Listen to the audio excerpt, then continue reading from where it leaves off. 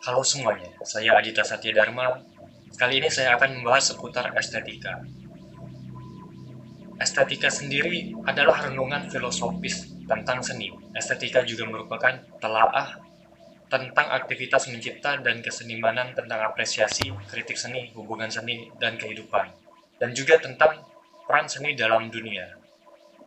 Kali ini kita akan mengulik sedikit sejarah tentang estetika. Estetika sendiri sudah ada sejak zaman Yunani kuno. Pada masa Yunani kuno, estetika dipelajari dalam suatu kerangka kosmosentris yang menjadi titik acuan refleksi adalah alam. Dalam masa ini, muncul salah seorang tokoh filsafat yang bernama Plato, yang lahir di Athena, Yunani, berasal dari keluarga terhormat di Athena.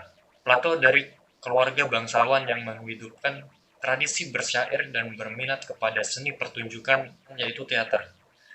Transformasi daya dari alam kepada seniman atau penikmat pada masa ini berupa semua wujud atau realitas memiliki ide, sehingga bisa dinikmati.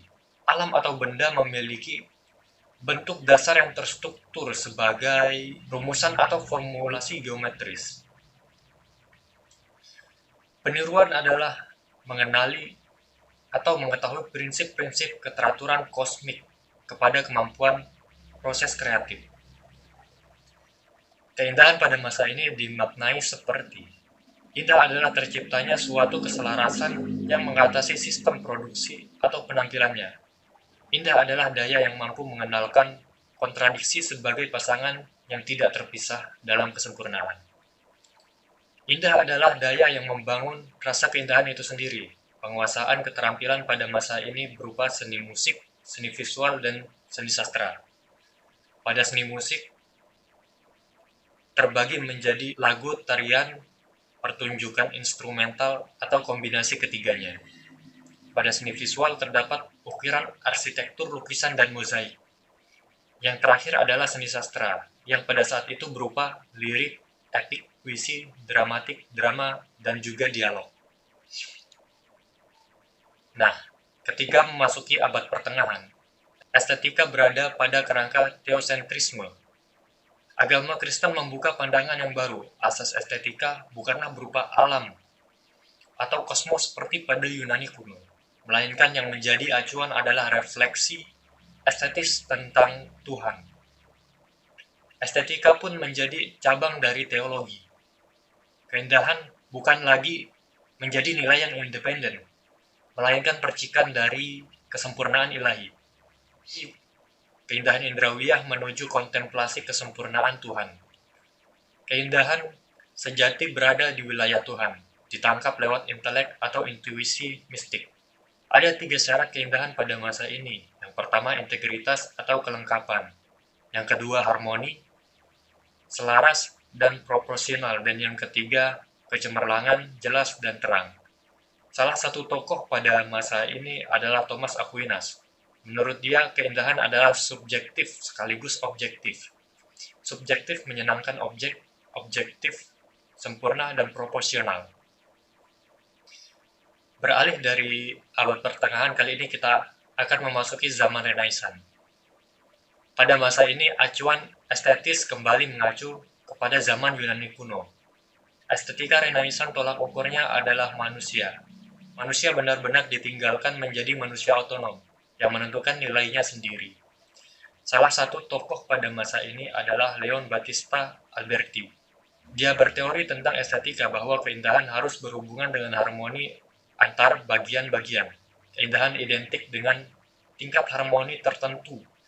Namun harmoni bukan sebagai kondisi atau syarat dari keindahan. Estetika juga bersifat objektif, merujuk kepada properti benda-benda dan bukan kondisi pikiran subjek. Pada masa ini juga kreativitas seniman cenderung terinspirasi dari alam. Maka para seniman pun akan menemukan style dan gayanya tersendiri.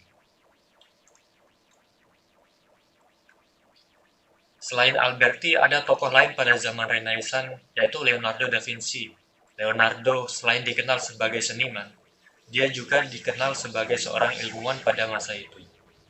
Menurut Leonardo sendiri, Estetika merujuk kepada dua tujuan. Yang pertama, keinginan atau usaha menjadikan karya yang dinamis dan ekspresif.